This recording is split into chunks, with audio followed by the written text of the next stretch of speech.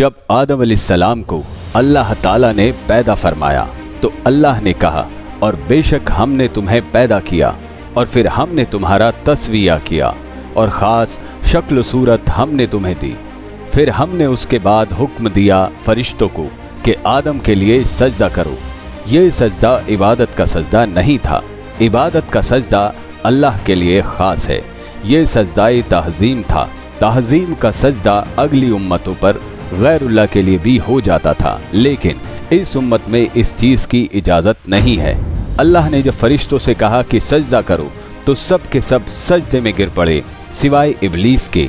इबलीस का मतलब है वो शख्स जो जेलिस होता है, हसद करने वाला। वो सजदा गुजारों में शामिल नहीं हुआ। इससे कई लोगों को ये लगता है कि इबलीस फरिश्ता था, क्योंकि सजदा करने का हुक्म अल्लाह ने फरिश्तों को दिया था। लेकिन कुरान हकीम में एक आयत ऐसी है जिसमें अल्लाह सुब्हानहू तआला ने फरमाया वो जिन्नों में से था, इसलिए उसने अपने रब की नाफरमानी की। क्योंकि कुरान करीम में कई जगह आया है कि फरिश्ते अपने रब की नाफरमानी नहीं करते। इबलीस का नाम अज़ाज़ील आया है इसराइली रिवायतों में। अल्लाह का बंदा तो वो अल्लाह ही का था, लेकिन उसने नाफरमानी की और वो नाफरमानी उसने जेलिस में की, इसलिए उसका नाम इबलीस पड़ गया। अल्लाह ने फरमाया, तुझे किस चीज़ ने मना किया कि तू सजदा न करे जब मैंने तुझे हुक्म दिया था? वो कहने लगा, मैं इससे बेहतर हूँ। तूने मुझे आग से पैदा किया है और इसे पैदा किया मिट्टी से। यानी वो ये कहना चाह रहा था कि आग मिट्टी से बेहतर है। तो अल्लाह ने फरमाया, उतर जा यहाँ से, तेरे लिए हरगिज़ मुनासिब नहीं कि तू गुरूर करे यहाँ रहते हुए। आज के बाद तुझे इजाज़त नहीं कि तू इस जगह पर रहे, बेशक तू जलीलों में शामिल हो गया। वो कहने लगा, ऐ अल्लाह, अगर ऐसा ही है तो तू मुझे क़यामत के दिन तक मोहलत दे दे। अल्लाह ने फरमाया, ठीक है, मोहलत दी। वो कहने लगा, जिस तरह तूने मुझे गुमराह कर दिया, मैं ज़रूर बैठ जाऊंगा इनको गुमराह करने के लिए तेरे सीधे रास्ते पर।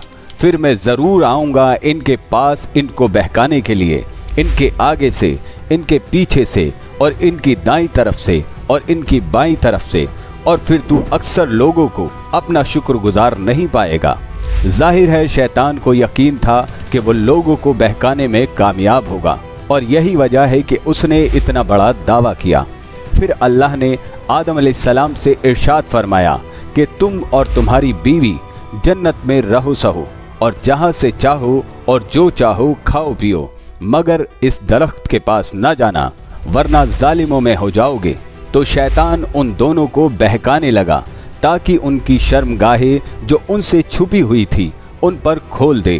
कहने लगा कि तुमको तुम्हारे परवरदिगार ने इस दरख्त से सिर्फ इसलिए मना किया है कि तुम फरिश्ते न बन जाओ या हमेशा जीते न रहो। और उसने कसम खाकर कहा कि मैं तो तुम्हारा खैर ख्वाह हूँ।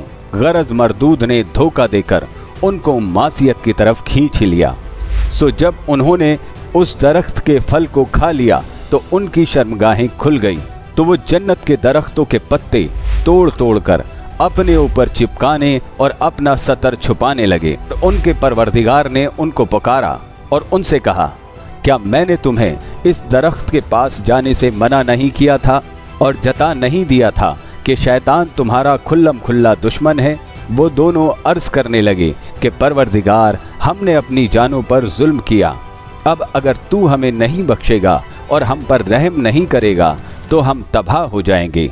फरमाया, तुम सब जन्नत से उतर जाओ।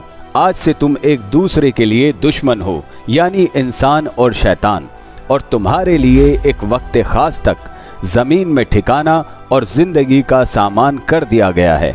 फरमाया कि इसी में तुम्हारा जीना होगा और इसी में तुम्हारा मरना, और इसी में से क़यामत को जिंदा करके निकाले जाओगे।